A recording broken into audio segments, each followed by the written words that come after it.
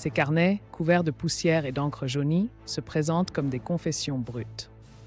Pourtant, dès la première page, un modèle se dessine. Dates alignées, formules répétées, silence calculé. Loin d'être des épanchements libres, ils obéissent à un rituel invisible. Entre les lignes, on devine la présence obsédante du règlement militaire, qui transforme chaque mot en arme de propagande. Dans les casernes, des officiers relisent chaque journal avant archivage. Des instructions précises circulent. Éviter les lamentations, glorifier l'unité. Les soldats apprennent à écrire comme on leur a appris à tirer, avec discipline et uniformité. Des ateliers forment même les illettrés à copier des phrases types. Cette fabrique systématique explique pourquoi des journaux de 1914 ressemblent tant à ceux de 1940.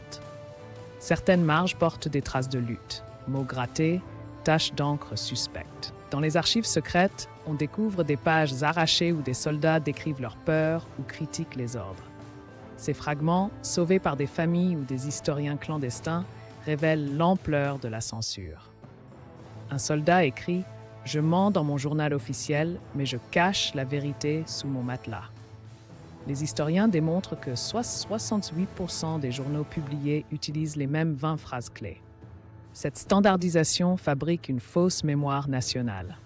Les émotions individuelles sont filtrées, laissant une version aseptisée de la guerre. Comme l'explique l'historienne Claire Dubois, ces journaux ne racontent pas la guerre.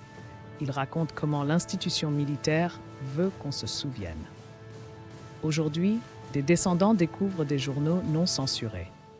Entre les lignes des versions officielles, ils reconstituent des vérités familiales.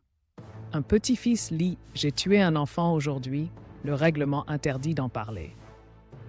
Ces mots, enfin libérés, révèlent le coût humain de la standardisation.